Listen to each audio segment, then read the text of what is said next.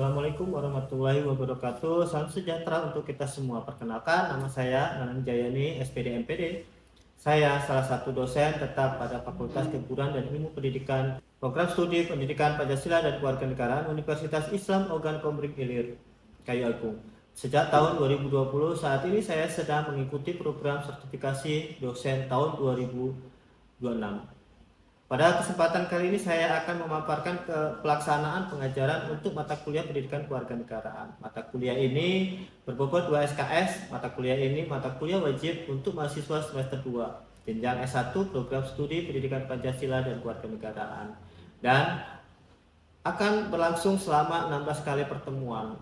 Paparan ini mencakup 3 aspek: bagaimana saya menyampaikan materi, interaksi saya bangun bersama mahasiswa, dan sistem evaluasi yang saya terapkan.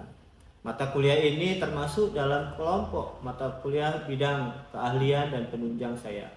Mata kuliah ini mempelajari studi pendidikan kewarganegaraan, sinkronis, dan pemanfaatannya pada bidang pendidikan Pancasila dan kewarganegaraan. Topik yang dikaji dalam mata kuliah ini dalam perkuliahan yang dibahas tentang konsep dasar ilmu kewarganegaraan, dimulai dari pengertian ilmu kewarganegaraan, tujuan ilmu kewarganegaraan, objek studi dan ruang lingkup ilmu kewarganegaraan, ilmu dan kewarganegaraan sebagai ilmu sosial. Kegiatan perkuliahan dilakukan dengan tatap muka, diskusi, dan penugasan. Penilaian dilakukan melalui pemberian tugas, tes tengah semester, tes akhir semester.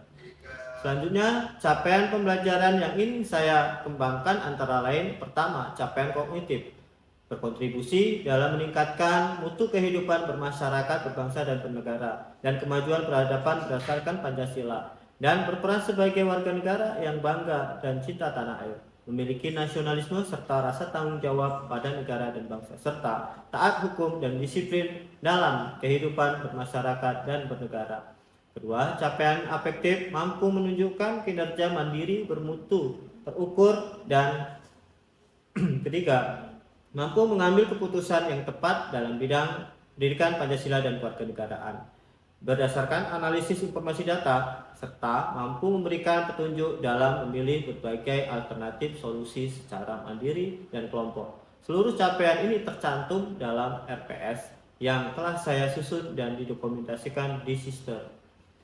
Dalam 16 kali pertemuan, materi saya susun: yang pertama, konsep dasar ilmu kewarganegaraan; kedua, sejarah perkembangan ilmu kewarganegaraan; ketiga, konsep dasar tentang negara; empat, warga negara dan sistem kewarganegaraan; lima, dinamika dan tantangan harmoni hak asasi manusia, negara, dan warga negara; HAM dalam perundang-undangan nasional; sejarah dan perkembangan demokrasi di Indonesia; pemilihan umum di Indonesia; lembaga legislatif, eksekutif, dan yudikatif; kemakmuran dan umum, dan pertahanan negara.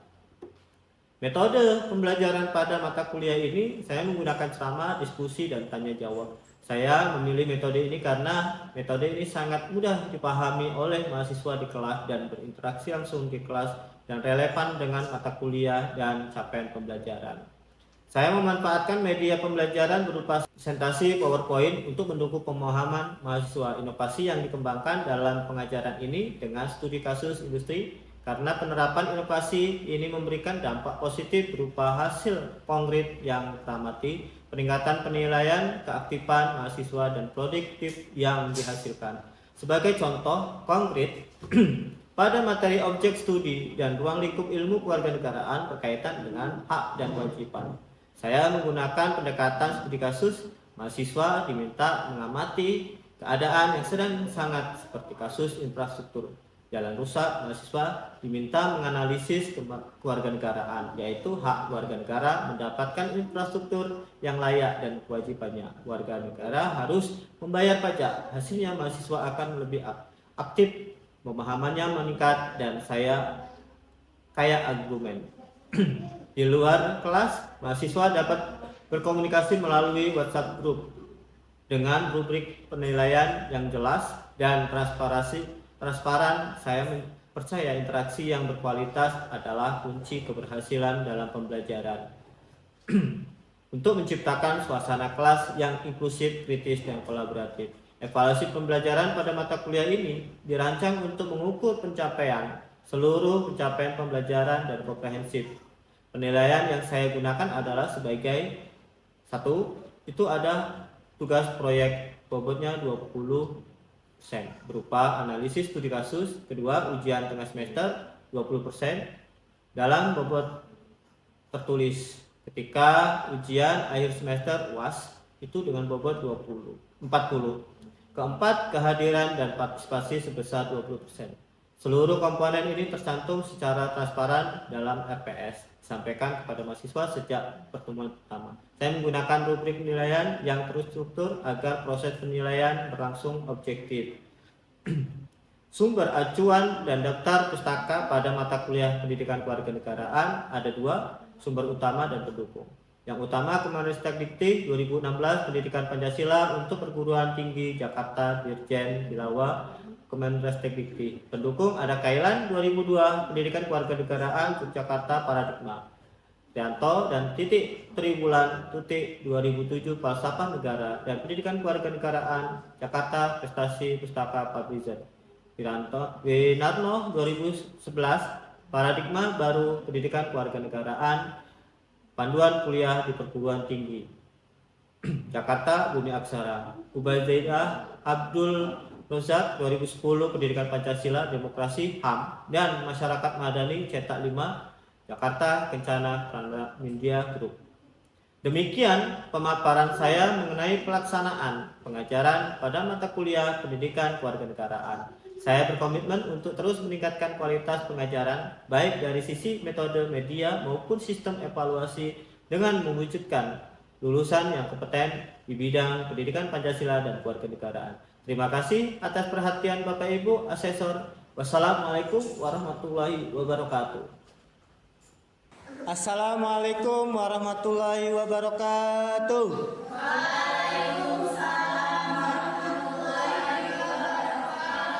Selamat pagi semua. Oke, hari ini hari pertama masuk ya. Oke. Nah, di mana kalian masuk? Universitas Ogan Komering Ilir, Uniski Kayu Agung. Oke. Kita membahas hari ini tentang konsep dasar pendidikan kewarganegaraan. Sebelum memasuki materi, mari kita buka pertemuan hari ini dengan basmalah. Bismillahirrahmanirrahim. Oke. Hari ini Pak akan mengabsen bentar ya. Ini. Miranti ada? Oke, Tetra, Abel, oke, Dwi Yanti, Ramanda, Rizka, oke, Ica, Tiara, Siti, Wanda, Abel. Oke, siapa hari ini yang tidak hadir? Hadir semua? Oke, hadir semua. Siapa tadi? Afan? Oh, Akbar. Ya, nggak apa-apa ya, hari pertama. Ya. Ini hari ini kita membahas tentang konsep dasar pendidikan kewarganegaraan. Ya. Konsep dasar pendidikan kewarganegaraan pertemuan pertama itu pada mata kuliah pendidikan kewarganegaraan, program studi PPKN, ya, program Fakultas Keguruan dan Ilmu Pendidikan, Universitas Islam Ogan Komering Ilir, Uniski Kayu Agung, ya. Nah, hari ini ya, materi CPMK 1 itu membahas tentang Anda menjelaskan konsep dasar ilmu kewarganegaraan. Indikatornya ada ketepatan menjelaskan definisi pendidikan kewarganegaraan dan nilai-nilai Pancasila. Yang kedua ada ketepatan menjelaskan tujuan pendidikan kewarganegaraan. Yang ketiga, mampu menganalisis objek dan ruang lingkup pendidikan kewarganegaraan. Yang keempat, mampu mengaktualisasikan dalam kehidupan bermasyarakat. Oke, ya. Nah, apa yang Anda ketahui tentang pendidikan kewarganegaraan? Oke, Abel. Apa Abel? Pendidikan kewarganegaraan yaitu pendidikan yang bertujuan membentuk warga negara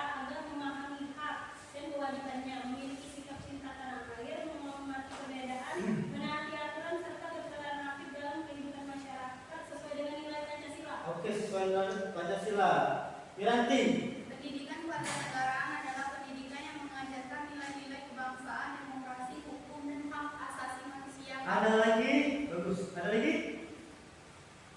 Oke, Mazhar. Pendidikan kewarganegaraan adalah proses pendidikan yang membekali warga negara dengan pengetahuan, sikap, dan keterampilan agar mampu menjadi warga negara yang baik. Oke, proses ya, bagus sekali ya. Oke, nah ini pengertian pendidikan kewarganegaraan menurut ya Undang-Undang Republik Indonesia Nomor 20 Tahun 2003. Apa? Nah ini, pendidikan kewarganegaraan adalah pendidikan yang bertujuan untuk membentuk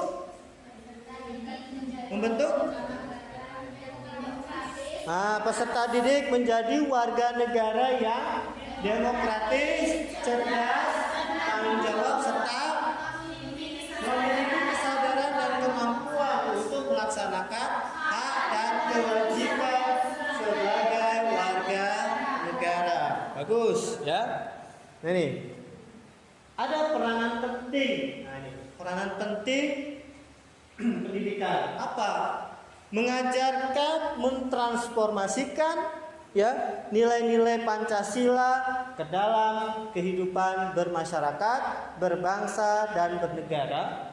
Ya, hal ini menunjukkan bahwa pendidikan kewarganegaraan itu ya memiliki tanggung jawab secara apa?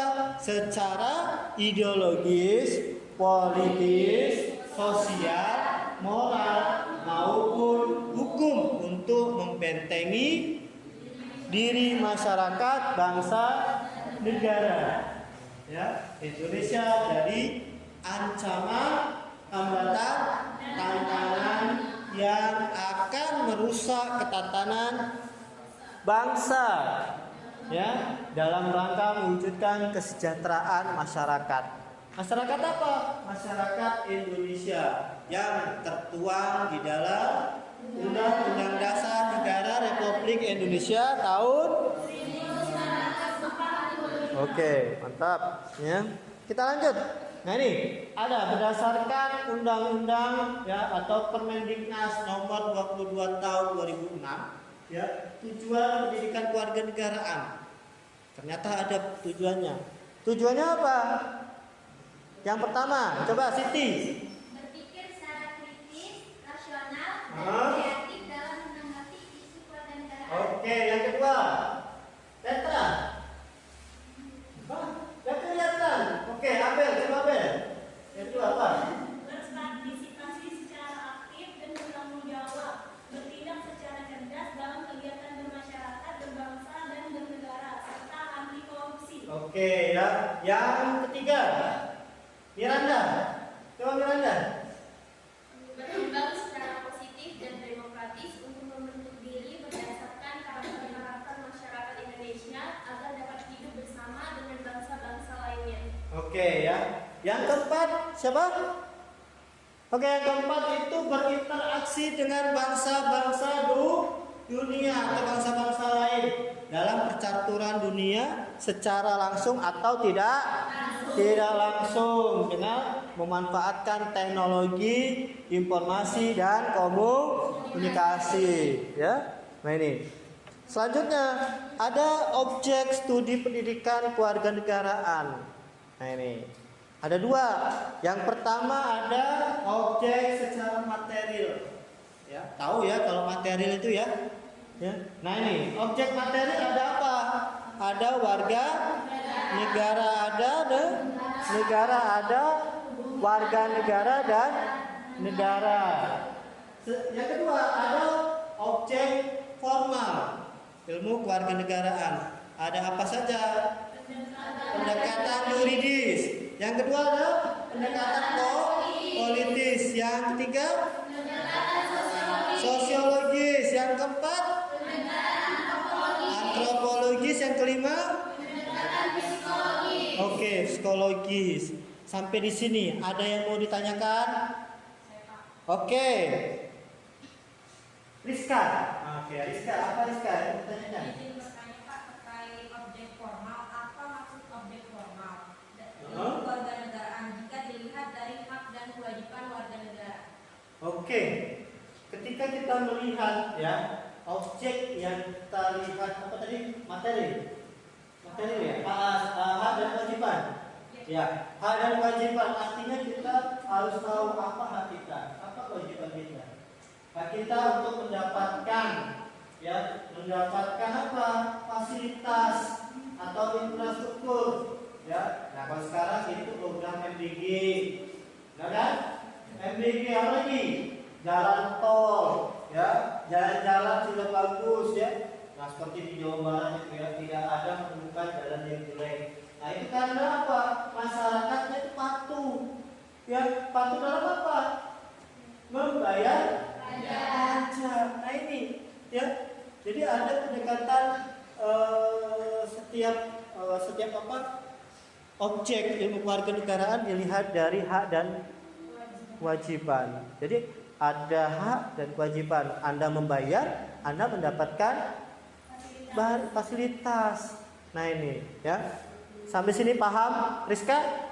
Paham, ya. Ada yang lain mau ditanyakan? Sampai di sini? Tidak ada? Kita lanjut? Oke, kita lanjut ya. Nah ini, ya. Ternyata di sini. Objek material, ya, Rizka, perhatikan. Rizka, di sini ada objek material ilmu kewarganegaraan. Apa? Ada warga negara orang yang secara hukum, ya, orang secara hukum jadi anggota suatu negara dan memiliki hubungan, ya, hubungan apa? Hubungan timbal balik hak dan kewajiban. Nah, yang tadi yang ditanyakan sama Rizka, ya, ada hubungan timbal balik, ya, warga negara dan negara, ya.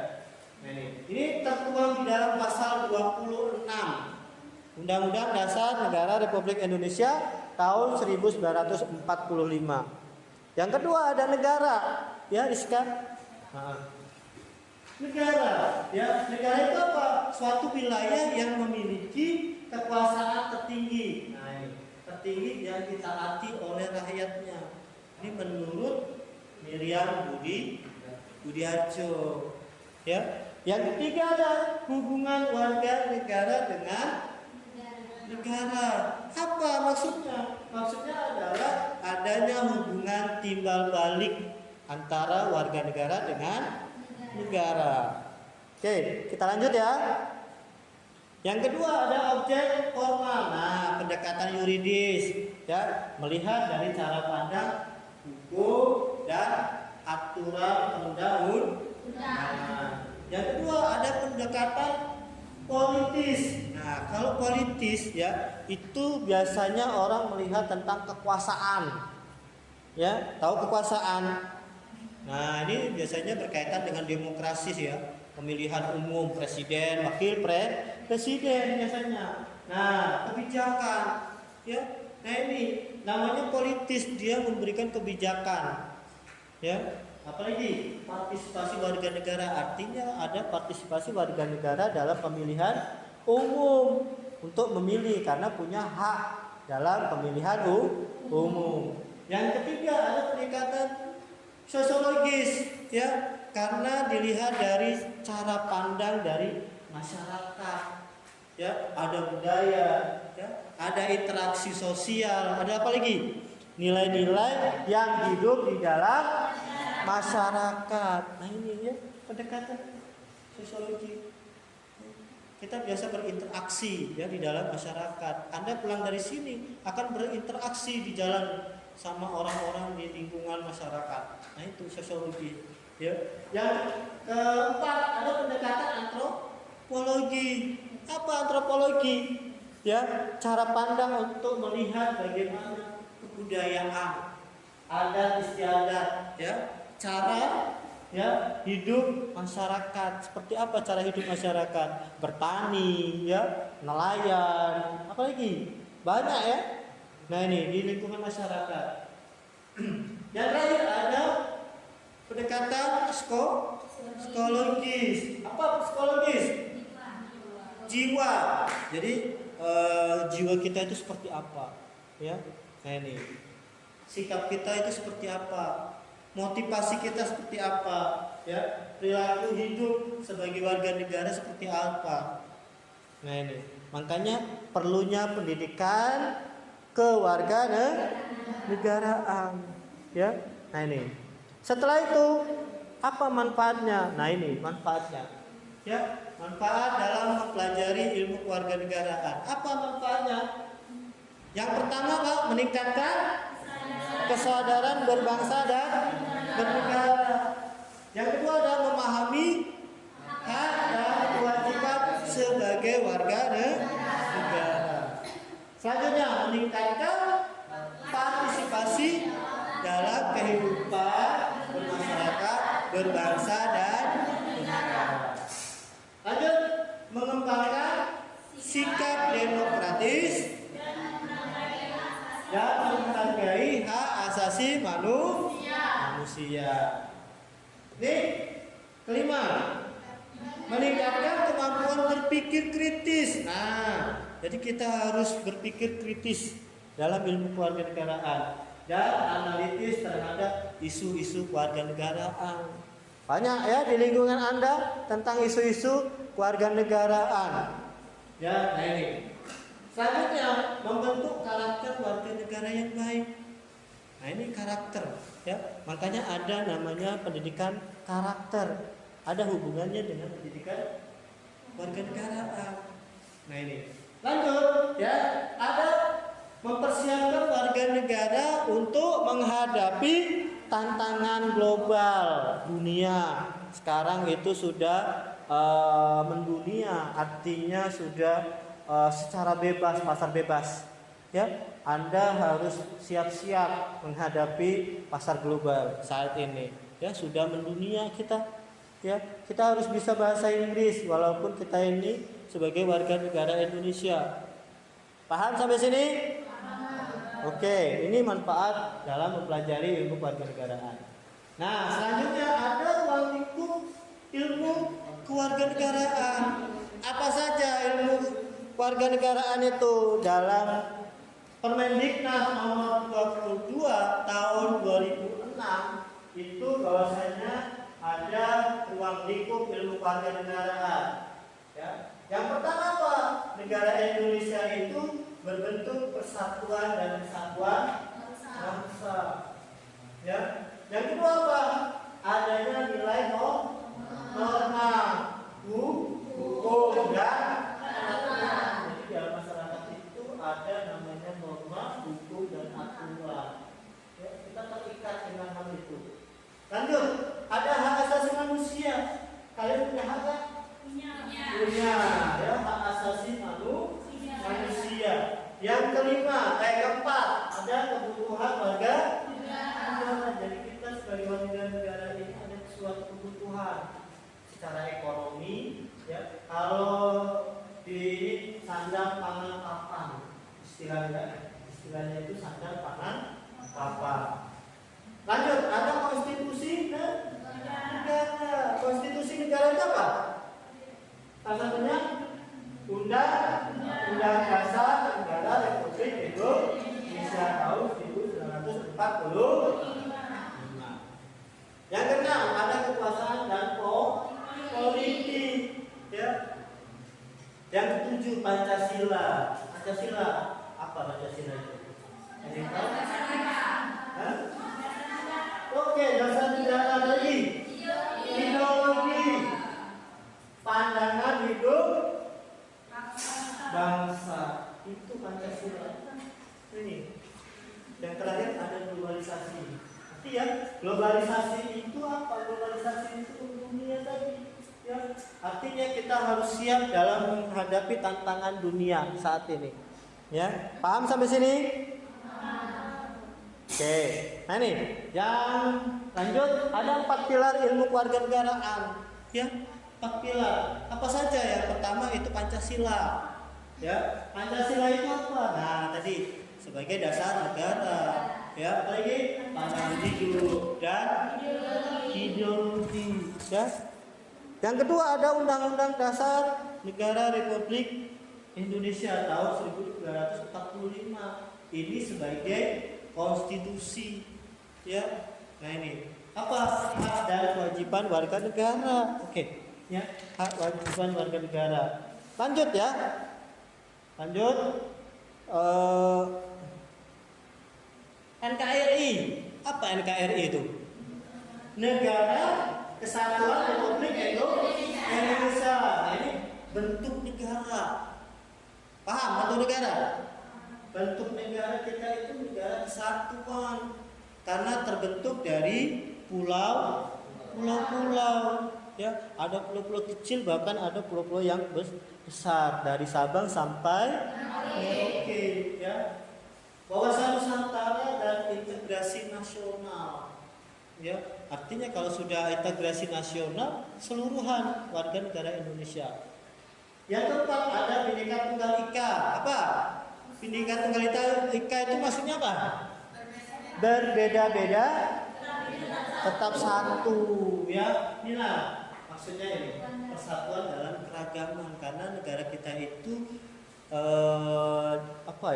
beragam, ada budaya, adat istiadat, bangsa, ya, agama, bahasa. Nah, jadi itu ya Bhinneka Tunggal Ika. Untuk apa? Itu. Nah, ini. Selanjutnya sebelum kesimpulan, ya. Ada yang mau ditanyakan? Tidak ada? Oke, Pak mau bertanya ini, boleh? Boleh, ya. Coba ada yang tahu ruang lingkup dari nilai hak dan kewajiban saat ini, kasus-kasus yang saat ini. Ya, Siti apa? Contohnya dari haknya mendapatkan fasilitas infrastruktur, misalnya jalan, jembatan. Untuk kewajibannya yaitu membayar pajak PBB atau motor. Artinya ketika kita sudah mendapatkan pajak dan mendapatkan hak, kita harus punya kewajiban membayar pajak. Nah, ya, kita ya. Siti ini ya. Oke, sebelum kita simpulkan, siapa yang menyimpulkan? Siapa mau menyimpulkan? Tidak ada. Oke, kita simpulkan bersama ya.